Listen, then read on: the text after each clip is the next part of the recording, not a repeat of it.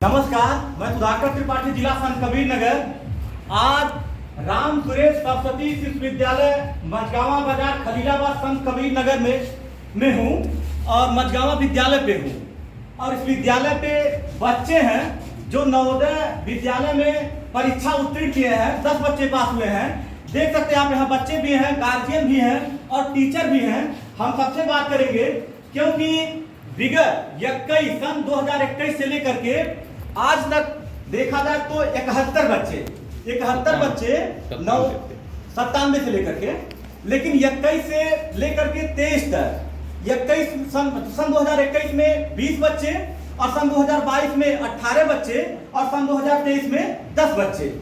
तो बच्चे पास में हम उनसे भी बात करेंगे और गार्जियन से भी बात करेंगे, क्या श्रेय आता है, कैसे इतनी मेहनत से किसी विद्यालय का कोई बच्चा एक बच्चा नहीं पास कर पाता है, लेकिन इस विद्यालय का 10 बच्चा 20 बच्चा नवोदय में उत्तीर्ण होकर के यहाँ से एडमिशन के लिए जाते हैं, पढ़ाई करते हैं, नाम रोशन करके जाते हैं।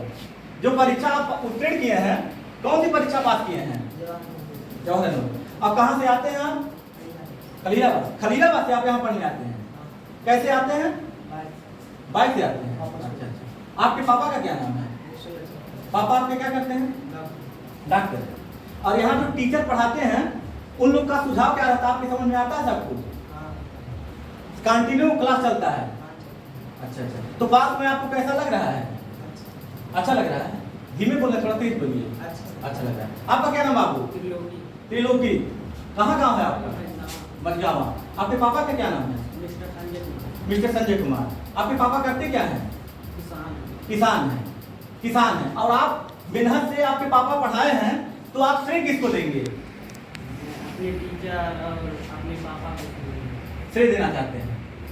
तो और भी यहाँ काफी गार्जियन भी हैं, टीचर भी हैं, बच्चे भी हैं। एक बच्ची ये भी, मैं इनसे भी बात करूंगा। क्या नाम है बहनी आपका? गरिमा शर्मा। छोटी है लेकिन तेज बोल रही है। आपके पापा क्या करते हैं? एक हॉस्पिटल में कंपाउंडर है।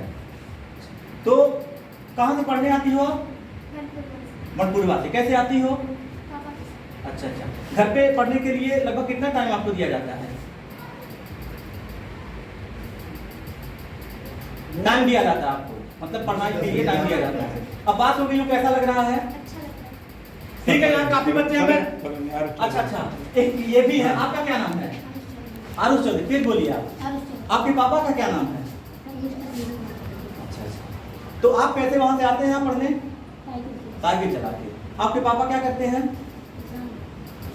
और आज गुरुजी आपको फूल फेंके हैं, माला पहनाए हैं, मिठाई खिलाए हैं, तो कैसा लग रहा है आपको? अब आगे आप पढ़ाई करेंगे तो क्या बनने की इच्छा है आपकी? इंजीनियर बनेंगे। हमारी शुभकामनाएं, आप इंजीनियर। क्या नाम है आपके पापा का? क्या नाम है? कहाँ से आते हैं आप? मझगावा से। आगे पढ़ाई करके आप क्या बनना चाहते हैं? डीएम बनना चाहते हैं। चलिए, मुझे भी अच्छा लग रहा है बच्चों से पूछ करके कि कम से कम ये गांव के गरीब बच्चे हैं, लेकिन इनके हौसलों में दम है। इनकी बातों को सुन करके हमारे अंदर खुद ही एक उमंग भर रहा है कि कम से कम कोई बच्चा आईपीएस बनने की बात का है, कोई डीएम बनने की बात का है, कोई इंजीनियर बनने की बात का है।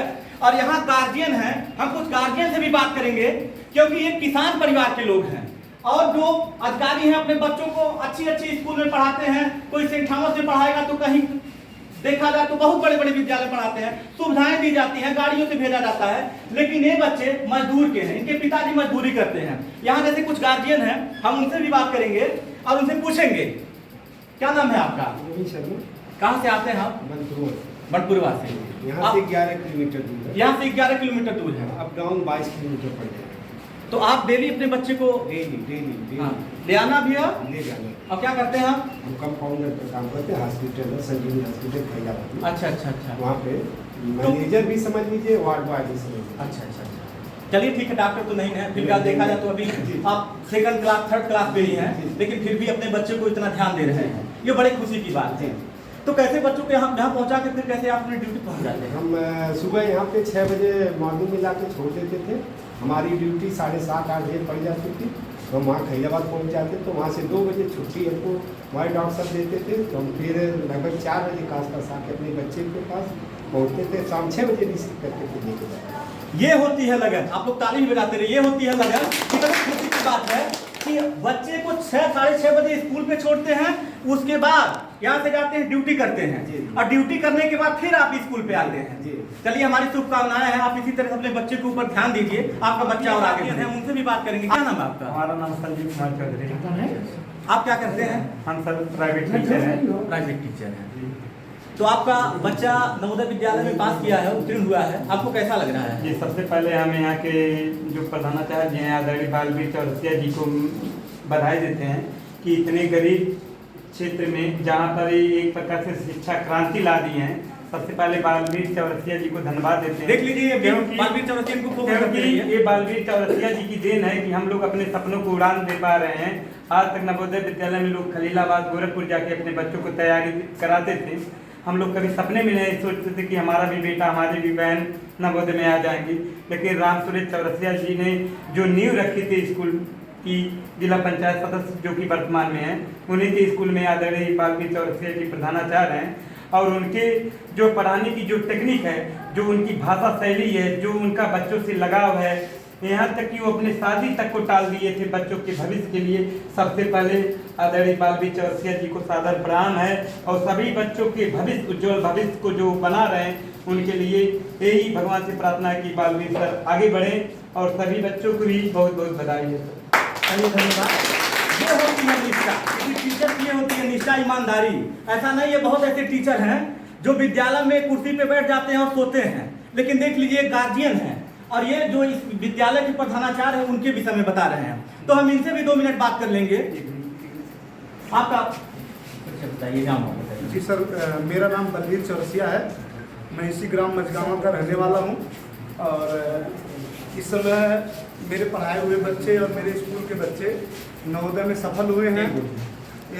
इस मौके पे हम सभी अभिभावक बंधु को और प्यारे बच्चों को बहुत बहुत शुभकामनाएं और बहुत बहुत आभार प्रकट करते हैं और इसी तरह से निरंतर मेहनत करें, आगे से बड़ी से बड़ी ऊंचाइयों को छूएं।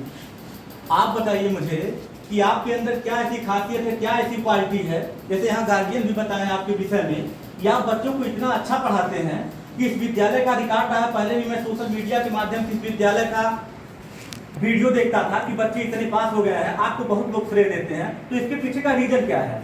जी सर, हम सुबह 6 बजे जब घर से निकलते हैं तो खाना वाना सुबह तैयार हो जाता। 6 बजे से लेकर 6 बजे तक विद्यालय पे ही अपना बच्चों के साथ लगे रहते हैं और विद्यालय में किसी प्रकार की कोई छुट्टी नहीं करते हैं। सब बच्चे रेगुलर उनका क्लास लिया जाता है, चाहे कोई त्यौहार हो, चाहे कोई भी फंक्शन हो। यहाँ फंक्शन को नहीं पहले रखा जाता है, पहले उनके क्लास को पहले रखा जाता है, पहले उनके क्लास को रखा जाता है। नहीं होना भी चाहिए कि यदि स्कूल चल रहा है तो ऐसा नहीं है कि स्कूल की छुट्टी की जाए और समय समय पे छुट्टी की जाए। जो आप बता रहे हैं कि आप बच्चों के प्रति ईमानदारी रखते हैं, सुबह 6 बजे आते हैं और शाम के 6:30 बजे जाते हैं। अब जैसे और भी जैसे कुछ गार्जियन हैं, कुछ और भी टीचर लोग हैं, उनके विषय में आप क्या कहेंगे? आपकी जो टीचर जो आपके अंदर आप प्रधानाचार्य हैं, आपने ये बताया तकनीक। हाँ, तकनीक बहुत अच्छा है। हमारे मास्टर साहब हैं राम सुरेश चौरसिया जी, इनके माध्यम से भी हम लोग बताए हुए रास्ते पे चलते हैं और मेरा मोटिवेशनल खान सर से है। खान सर से? खान सर हाँ। जो यूट्यूब पर हमको उनका वीडियो कोई भी ऐसा वीडियो नहीं जो हम देखे न हो। लगभग उनसे हमसे एक प्रेरणा मिलती है कि क्लास जो होता है, क्लास में पढ़ाई केवल अगर आप करेंगे और बच्चों को मोटिवेट नहीं करेंगे और बच्चों को हंसाएंगे नहीं तो आप पढ़ा नहीं सकते। बच्चों को रिफ्रेश होना ही चाहिए हमेशा। टाइम पे उन्हें सवाल बताने के बाद उनको टाइम दीजिए, फिर उसके बाद उनको माइंड कन्वर्ट करिए, हंसाइए, तब वो अच्छे से पढ़ाई कर पाते हैं। चलिए ठीक है, बहुत बहुत धन्यवाद प्रधानाचार्य जी आपके। और इस विद्यालय के प्रबंधक साहब भी हैं, वो किसी बच्चे की मोहताज नहीं है, क्योंकि समाज सेवा तो बचपन से ही लेकर के आज तक वो करते चले आ रहे हैं और इस क्षेत्र के जिला पंचायत भी हैं और जहाँ तक हो पाता है सुविधा वो वहाँ तक लोगों की मदद करते रहते हैं।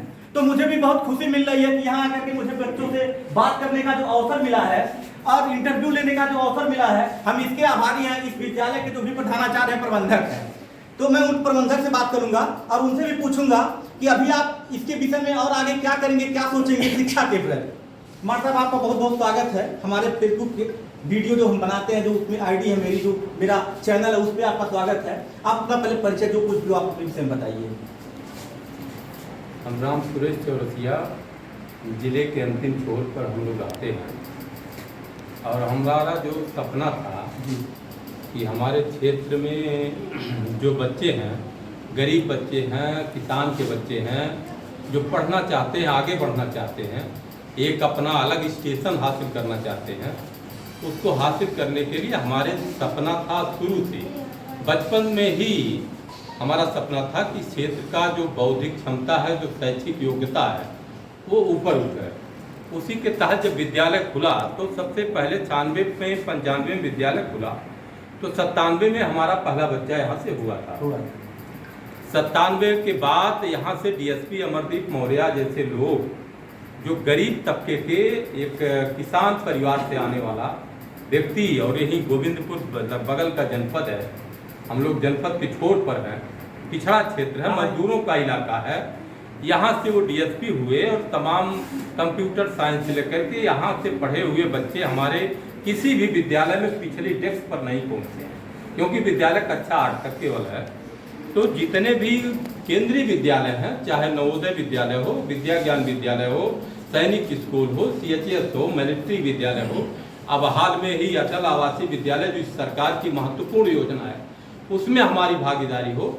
मेरा हमेशा सोच रहा था, अपने टीचरों को हमेशा उत्साहित करते हैं कि हमको खुद समय हम देते हैं, बच्चों के प्रति भी देते हैं, और आप देखते थे कि हम लोग रात को भी उनको चेक करते थे कि बच्चा रात को हमारा दिया गया होमवर्क कर रहा कि नहीं कर रहा। अभी भी हम अपने पुराने पद्धति, जो हमारी पुरानी शैक्षिक व्यवस्थाएं थी पूर्वजों की, गुरुकुल की, कि रात को उनको देखना, फैशनेबल की दूरी, डेकोरेशन से दूर रहना चाहते हैं, सत्यता की तरफ। जैसे अभी तमाम विद्यालय हमारे हैं जो अच्छे चल रहे हैं, हम किसी के विरोधी नहीं हैं, लेकिन मेरा जो पर्सनल अपना है कि हम उनके ड्रेस पर ज़्यादा फोकस नहीं करते हैं। किताबों पर हमारी NCERT के अलावा कोई किताब पसंद नहीं है।